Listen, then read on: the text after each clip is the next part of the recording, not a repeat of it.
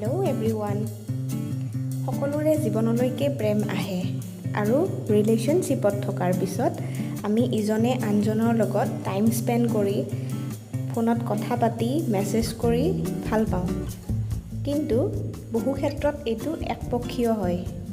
কেতিয়াবা এটা ফোন বা এটা মেছেজৰ কাৰণে বহু সময় ধৰি অপেক্ষা কৰিবলগীয়া হয়।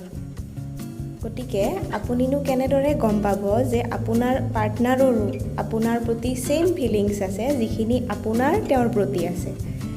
তো তাৰ বাবে প্ৰথম 1 নম্বৰ কথাটো হৈছে বহুত বেছি ফোনত কথা নাপাতিব আৰু বেছিকৈ মেছেজ নকৰিব। চাবচোন, ঘৰত যেতিয়া এজন সদস্য সদায় এভেইলেবল থাকে তেতিয়া আমি তেওঁৰ অভাৱটো ফিল কৰিব নোৱাৰোঁ, যেতিয়ালৈকে তেওঁ ঘৰৰ পৰা কিছু সময় আঁতৰি নাথাকে। আমি আচলতে এনেদৰে ভাবি লওঁ যে বেছি সময় ফোনত কথা পাতিলে বা মেছেজ কৰিলে তেওঁ মোক মনত ৰাখিব। কিন্তু এটা কথা মনত ৰাখিব যে পাৰ্টনাৰজনৰ আপোনাক মনত ৰাখিবলৈ মনত পৰাৰো দৰকাৰ যে আপুনি তেওঁৰ বাবে ৰৈ আছে।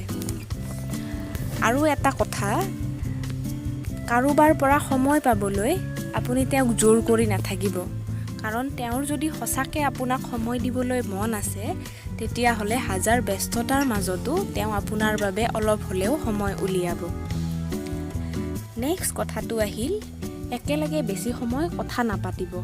নহ'লে পিছৰ ফালে এনেকুৱা এটা চিটুৱেশ্যন আহি যাব যে তুমি কিবা কোৱা, কিবা অলপ কোৱা আৰু ক'বলৈ কিন্তু একো নাথাকিব। কিছুমান কথা পিছলৈকেও এৰক, যাতে আপোনাৰ পাৰ্টনাৰৰ আপোনাক জনাৰ কিউৰিঅচিটি বাঢ়ে। 3 নম্বৰ কথাটো হ'ল, ধৰক আপোনালোক দুজনৰ মাজতে কথা বতৰা ভালদৰে চলি আছে।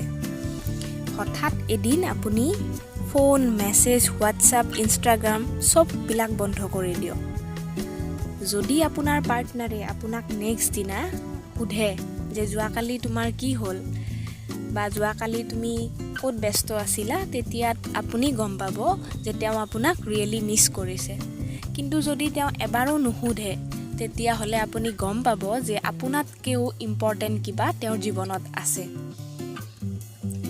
4 নম্বৰ কথাটো হ'ল, ইণ্ডিপেণ্ডেণ্ট হ'বলৈ শিকক। নিজে নিজৰ ভৰিত থিয় দিয়ক আৰু একো কথাতে কনফিউজন নাৰাখিব। সকলো কথা ক্লিয়াৰলি পাতক। শেষত আৰু এটা কথা কওঁ, নিজক সদায় ভাল পাবলৈ চেষ্টা কৰক। নিজৰ কেয়াৰ কৰক আৰু নিজকে সন্মান কৰক। নিজৰ মাইণ্ডটোক স্থিৰ কৰি লওক আৰু এনেকুৱা একো কামেই নকৰিব যিয়ে আপোনাক আপোনাৰ লক্ষ্যৰ পৰা বিচলিত কৰিব পাৰে।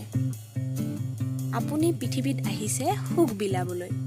গতিকে নিজৰ ভাল লগা সকলোৱে কৰক যিয়ে আপোনাৰ ক্ষতি কৰিব নোৱাৰে। এই উপায়কেইটা অৱলম্বন কৰি চাওকচোন, কিজানিবা কিবা এটাই আপোনাক সহায় কৰিব পাৰে। আৰু যদি ভিডিঅ'টো ভাল পায় প্লিজ লাইক, শ্বেয়াৰ আৰু ছাবস্ক্ৰাইব কৰিবলৈ নাপাহৰিব। ধন্যবাদ।